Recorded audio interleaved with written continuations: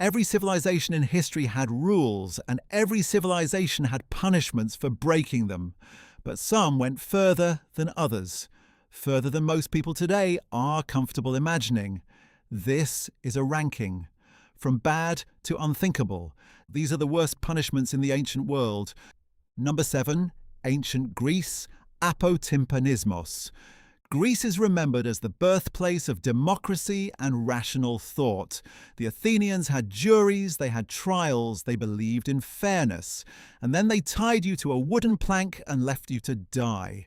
The condemned was clamped to a board at the neck, wrists, and ankles. They could not move, could not eat, could not drink. Guards stopped them from sleeping. They died slowly in public over several days. The most disturbing part was not the method. It was that the Athenians genuinely believed it was just. They had voted on it. They had reasoned their way to it. Cruelty dressed up as logic. Number 6, ancient Egypt, erasure. Egypt did not always use physical pain. Sometimes the most powerful punishment was what they did to your name. Egyptians believed your soul needed to be remembered to survive the afterlife. Your name had to be spoken, your image had to exist, your tomb had to stand. So the worst punishment Egypt could deliver was to erase you. Your name chiseled off every monument, your face carved away from every image, your tomb dismantled, every trace of you removed as if you had never existed. The pharaoh Akhenaten suffered this after his death. His successors erased him so completely that historians did not know he had ever existed until the 19th century. To a modern person, that sounds like history. To an ancient Egyptian, it was the destruction of the soul itself. Number 5, ancient Rome. Crucifixion. Rome did not invent crucifixion, but Rome perfected it. It was designed to be 3 things: public, prolonged, and degrading. The condemned was flogged first, sometimes nearly to unconsciousness, then forced to carry the crossbeam through the streets as a public spectacle. At the site, their wrists and feet were nailed to the wood. To breathe, they had to push up on the nail through their feet. To exhale, they slumped back down. Death came from asphyxiation, blood loss, and exhaustion. It could take days. After the slave revolt led by Spartacus in 71 BC, the Roman general Crassus crucified 6,000 slaves along the main road into Rome.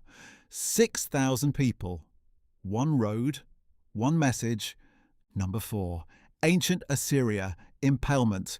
The Assyrians left behind honest records of exactly what they did to their enemies, carved proudly into palace walls. Impalement was their method of choice. A sharpened stake was driven through the body at angles calculated to avoid immediately fatal wounds.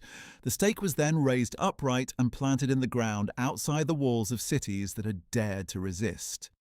King Ashurnasirpal II wrote about this at his palace as a point of pride, not as a confession, as proof of his power.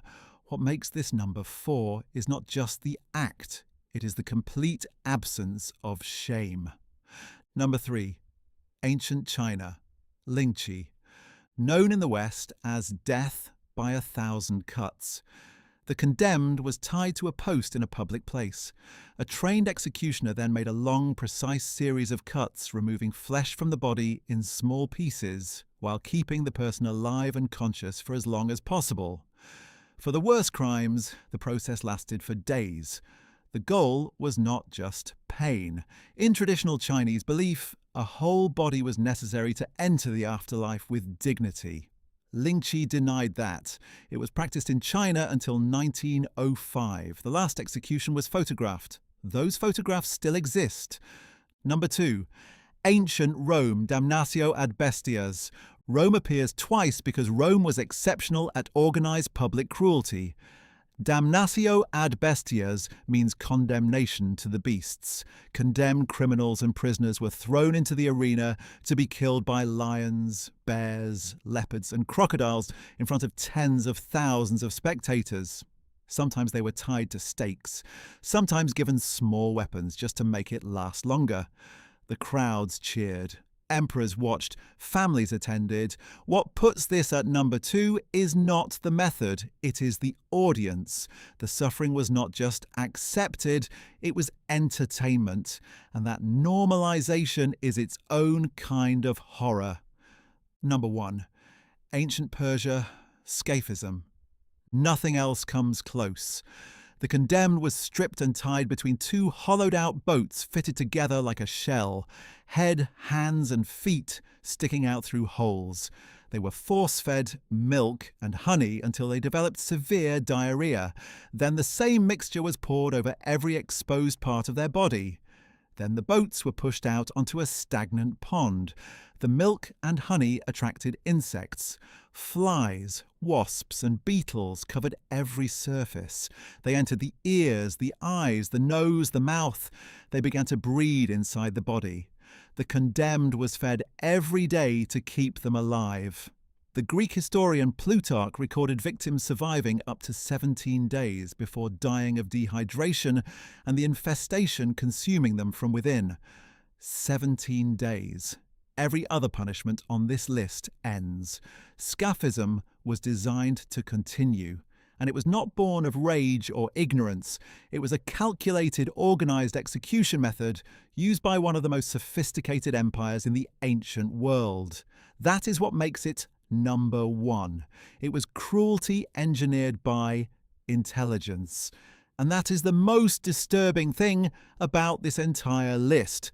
Every punishment on it was designed by people who believed they were being reasonable.